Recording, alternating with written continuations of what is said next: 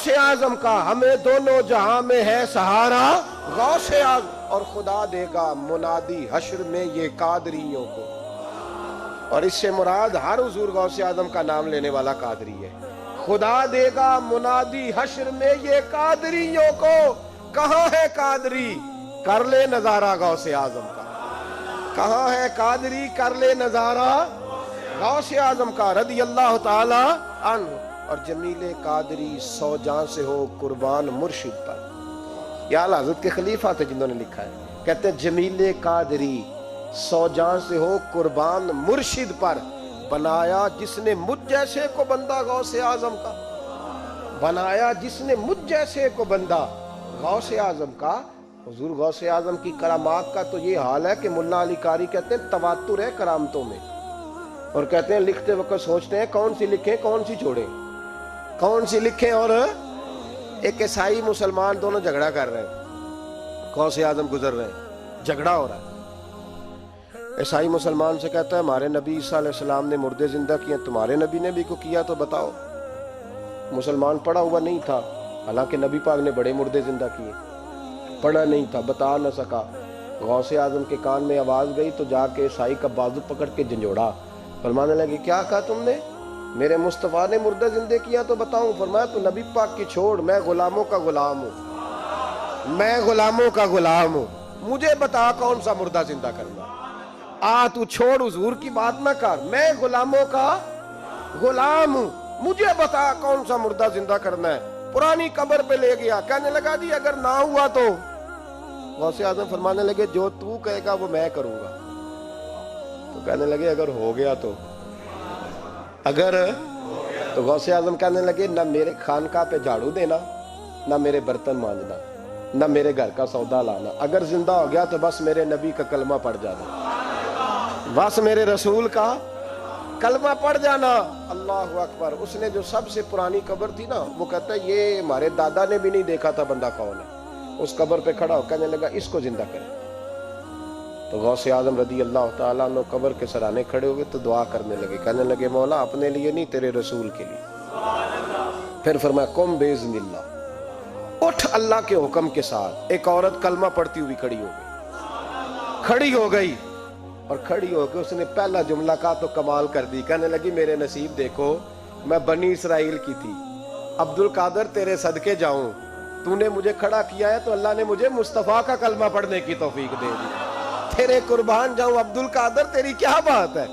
اب وہ بندہ دوڑ دوڑ کے غوث اعظم کے قدموں میں آیا، فرمانے لگے نا کلمہ میرے مصطفیٰ کا پڑھنا ہے، حضور کا غلام بننا ہے۔ او بھائیو، حضرت شیخ عبد القادر جیلانی، حضور غوث اعظم رضی اللہ تعالیٰ عنہ، معمولی بات نہ سمجھنا، حضور غوث اعظم رضی اللہ تعالیٰ عنہ فرماتے ہیں میں قدم نہ لگاؤں تو اللہ ولایت ہی نہ دے، میں قدم نہ لگاؤں تو اللہ ولایت نہ دے۔ ایک آدمی سے حضور غوث پاک ناراض ہو گئے، ایک شخص نکل جا میرے آستانے سے، دعا منگیا کرو سنگیو، کتے مرشد نہ رس جاوے، جنہ دے پیر رس جاندے، وہ جیوندے بھی وہ مرے ہی رہن، چل دوڑ جا نکل جا۔ وہ کہتا ہے میں 300 ولی کے پاس گیا ہوں، 300، ہر ایک سے کہا میرے لیے دعا کرو، تو وہ کہنے لگا جسے عبد القادر دھتکار دے اس کو کوئی سینے سے لگا سکتا؟ چل واپس چلا جا۔ آ کے قدموں میں بیٹھ گیا، کہنے لگا سونے معاف کر دے۔ فرمانے لگے تو نے دیر کر دیا، میں تو کب سے معاف کیے بیٹھا ہوں، تو نے دیر کی آنے میں تو رسول اللہ کا غلام ہوں، اور حضور نے معاف کرنا سکھایا ہے۔ حضور غوث پاک واز کرتے، نصیحت کرتے، اور چونکہ نہ شہرت کے لیے، نہ مال کے لیے، نہ نوٹوں کے لیے، اس لیے غوث اعظم جب تقریر کرتے نا، ایک دن بغداد میں بارش شروع ہو گئی، خطاب ہو رہا تھا، لوگ بکھرنے لگے تو 2 جملے غوث پاک کے، کہنے لگے یا اللہ تو دلوں کے بھید جانتا ہے، اگر بندے میں نے اپنی ذات کے لیے اکٹھے کیے ہیں تو تیز بارش برسا، دوڑا دے سارے، اور اگر تیرے لیے اکٹھے کیے ہیں تو پھر بھی تیری مرضی، رکھنے ہیں تو رکھ، بھیجنے ہیں تو۔ حضرت یحییٰ کہتے ہیں سارے بغداد میں بارش ہوتی تھی، پر جہاں غوث اعظم کی محفل ہوتی تھی وہاں کوئی نہیں ہوتی تھی، وہاں کوئی نہیں ہوتی۔ غوث اعظم تقریر کرتے کبھی کبھی وجد آتا تھا۔ وجد کس کو کہتے ہیں؟ وجد کبھی کبھی آپ کہتے نہیں کہ میرے رونگٹے کھڑے ہو گئے، لوں کنڈے کھڑے ہو گئے، پھر کبھی کبھی کہتے ہو یار پتہ نہیں کیا ہوا آج تو آنسو رکتے نہیں تھے، اسی کو وجد کہتے ہیں، اسی کو، یہ ایک کیف ہے، ایک مستی ہے جو چڑھ جاتی ہے، ہر جگہ چڑھتی کہیں کہیں چڑھ جاتی ہے، اور کمال ہو جاتا ہے جب چڑھ جائے،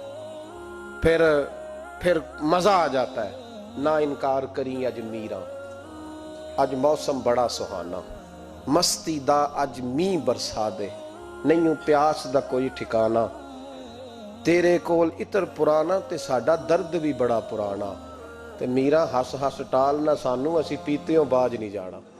کبھی کبھی ایک ماحول ہوتا ہے نا، کبھی کبھی حضور غوث اعظم وجد میں آتے تھے، کبھی کبھی اللہ کی دریائے رحمت کو بھی کبھی کبھی جوش آتا ہے، اور میرے حبیب فرماتے ہیں وہ پہلے آسمان پر نزول جلال کرتا ہے جو اس کی شان کے لائق، اور فرماتا ہے بندو مانگ لو جو مانگو گے میں دے دوں گا۔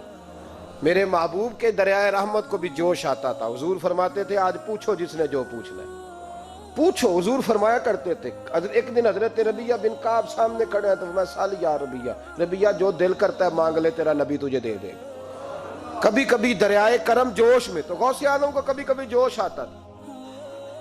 ایک دن تقریر کرتے کرتے کرتے کرتے جذبات میں آ گئے، جوش میں، یوں نظر اٹھائی تو حضرت خضر گزر رہے تھے اوپر سے، اور جوش جذبات میں فرمانے لگے او بنی اسرائیل کے ولی ذرا نیچے تو اتر، ذرا محمد عربی کے غلام کی بھی چند باتیں سن کے جا، آج تجھے سناؤں رسول اللہ کے غلام کس طرح کے ہوتے ہیں۔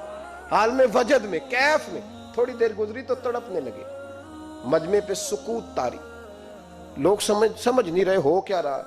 ایک آپ کے خلیفہ تھے حضرت علی بن ہیتی، وہ دیوار کے ساتھ ٹیک لگا کے سو رہے تھے، سارا مجمع دم بخود ہے، یہ کیا ہونے لگا؟ غوث پاک اٹھے، تقریر وہیں رہ گئی، علی بن ہیتی کے پاس جا کے یوں ہاتھ باندھ کے کھڑے ہو گئے، اور دیر تک نبی پاک پہ درود پڑھتے رہے۔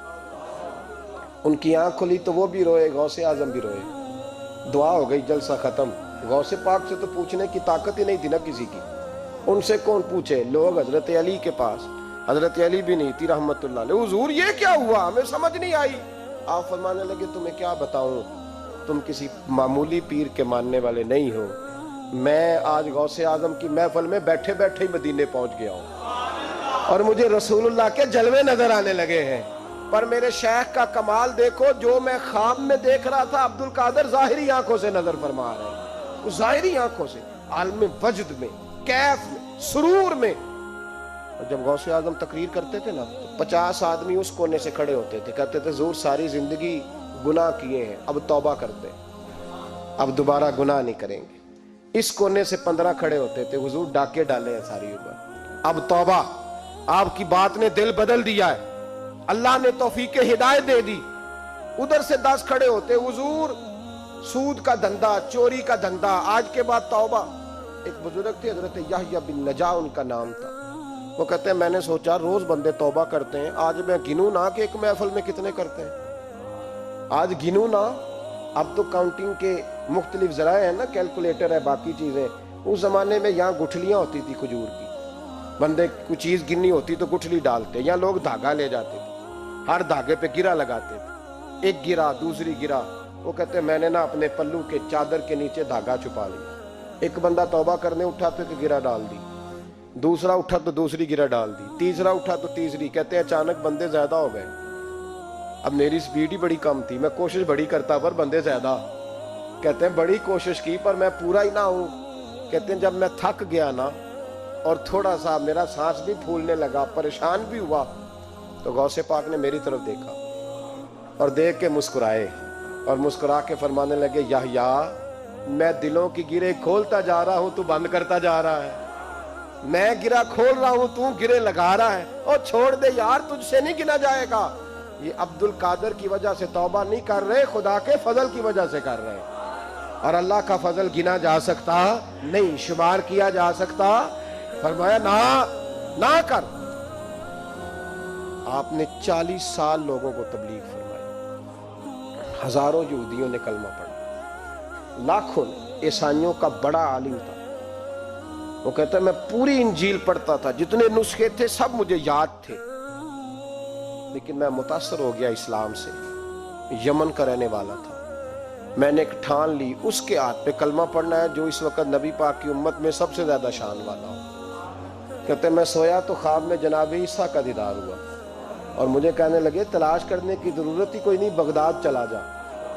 بغداد حضور غوث پاک کی بارگاہ میں فرمانے لگے اس وقت نبی پاک کی امت میں سب سے زیادہ شان اللہ نے حضور غوث اعظم کو عطا فرمائی، شیخ عبد القادر جیلانی رضی اللہ تعالی غوث پاک۔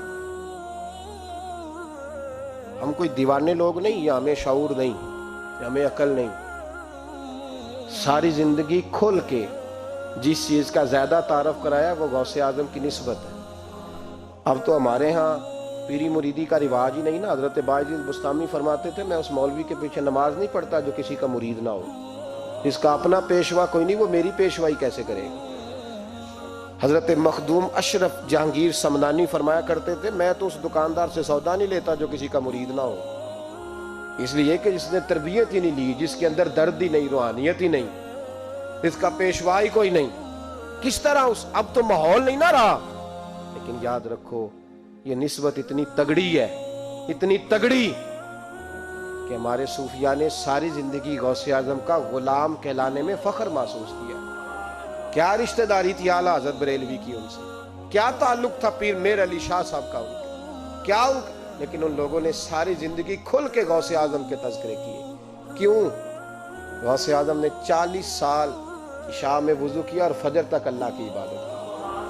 فرماتے ہیں میرے مالک نے کہا عبد القادر کچھ مانگ لے، نہ اپنے لیے مانگا نہ اولاد کے لیے۔ کہنے لگے مولا قیامت تک جو میرا نام لے نا اسے بغیر توبہ کے مرنے نہ دینا، مرنے لگے تو توبہ کی توفیق دے دینا۔